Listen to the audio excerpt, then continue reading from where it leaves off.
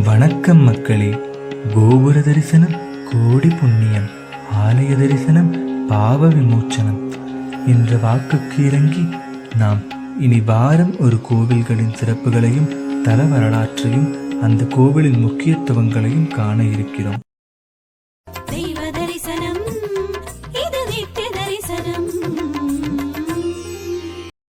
இன்றைக்கு நாம் முதலில் அறிந்து கொள்ள போகின்ற கோவில் அருள்மிகு கற்பக விநாயகர் திருக்கோவில்.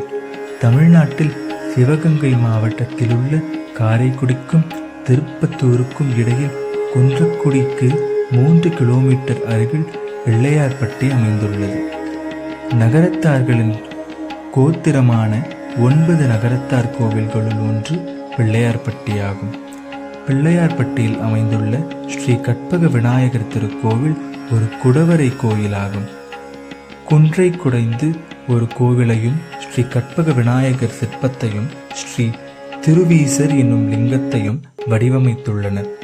முற்கால பாண்டியர்களால் 2500 ஆண்டுகளுக்கு முன் இக்கோவில் குடவரை கோவிலாக அமைக்கப்பட்டுள்ளது.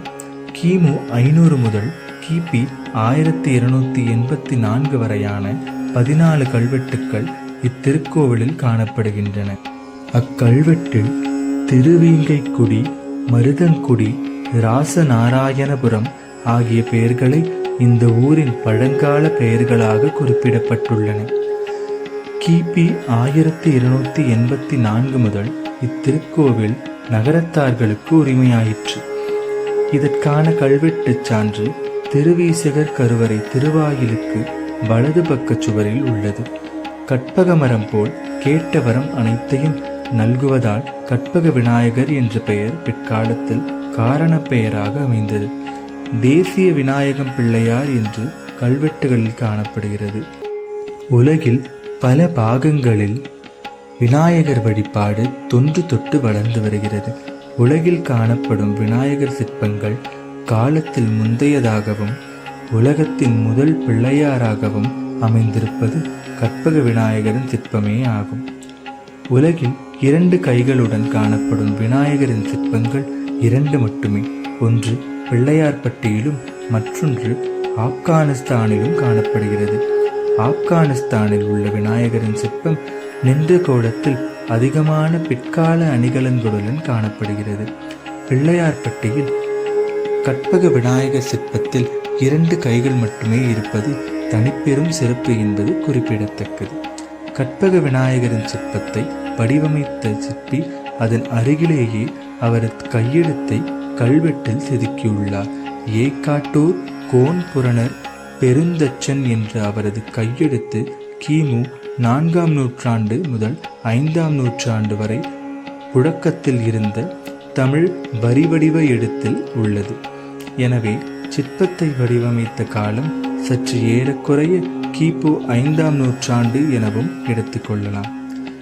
தெய்வீக சிற்பக்கலை வரலாற்றின் மூலமாகவும் நமது கல்வெட்டுகளின் சான்று ஆதாரங்களின் மூலமாகவும் பிள்ளையார்பட்டி கற்பக விநாயகரின் சிற்பமே உலகத்திற்கு முதல் பிள்ளையார் வடிவம் என அறியலாம். கற்பக விநாயகர் தனது கையில் மோதகத்தை வைத்திருக்கவில்லை. யோக நிலையில் உலக நன்மைக்காக கையில் லிங்கத்தை வைத்து ஞான தவம் புரியும், அதாவது தியானம் செய்யும் திருக்கோலத்தில் அமர்ந்த நிலையில் காணப்படுகிறார். அவர் யோக விநாயகராக இருப்பதால் கேட்ட வரங்கள் எல்லாம் எளிதில் கொடுக்க வல்லவராக இருக்கிறார். விநாயகரின் தும்பிக்கை வலது பக்கமாக வளைந்திருப்பதும் ஒரு தனிச்சிறப்பாகும். வலம்புரி சங்கு போல் வலம்புரி துதிக்கையும் தனித்தன்மை வாய்ந்தது.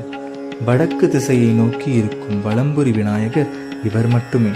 எனவே வலம்புரி விநாயகரை வணங்குபவர்களுக்கு வெற்றி மேல் வெற்றிதான். திருமண பேறு நல்கும் காத்தாயினி, பிள்ளை பேறு தரும் அதிசயனங்கம், செல்வ வளம் தரும் பசுபதீசுவரர் வழிபாடு ஆகியன இத்தலத்தின் சிறப்பாகும். இங்கு நடைபெறும் திருவிழாக்களில் மிகப்பெரியது விநாயகர் சதுர்த்தி திருவிழாவே ஆகும். விநாயகர் சதுர்த்திக்கு 9 நாட்களுக்கு முன்பே காப்பு கட்டி கொடியேற்றம் செய்து இவ்விழாவை தொடங்குவார்கள். 10 நாட்கள் திருவிழா கோலமாக கொண்டாடப்படுகிறது. ஒரு வருடத்திற்கு சதுர்த்தி நாட்களில் உண்ணா நோன்பு இருந்து அதனை நிறைவு செய்யும் பக்தர்கள் பிள்ளையார்பட்டி வருவார்கள். விநாயகர் சதுர்த்தி திருநாளன்று கற்பக விநாயகர் சந்நிதியில் உண்ணா நோன்பு இருந்து கும்ப ஜபத்தில் கலந்து கொண்டு அந்த கும்பத்தை பெற்று மணக்கோவிலில் உள்ள விநாயகருக்கு அபிஷேகம் செய்வதாக மனதிற்குள் பாவித்து கும்ப நீரில் குளிப்பார்கள். ஓராண்டு சதுர்த்தி உண்ணா நோன்பு விரதத்தை இங்கு பூர்த்தி செய்பவர்களுக்கு கேட்ட வரம் கிடைக்கின்றன என்பது கண்கண்ட உண்மையாகும்.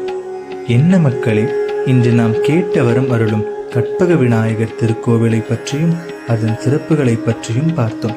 அடுத்த வாரம் மற்றொரு கோவிலின் தகவலுடன் உங்களை சந்திக்கிறோம். அருள் நேரம் யூடியூப் சேனலை சப்ஸ்கிரைப் செய்து காத்திருங்கள். நன்றி, வணக்கம்.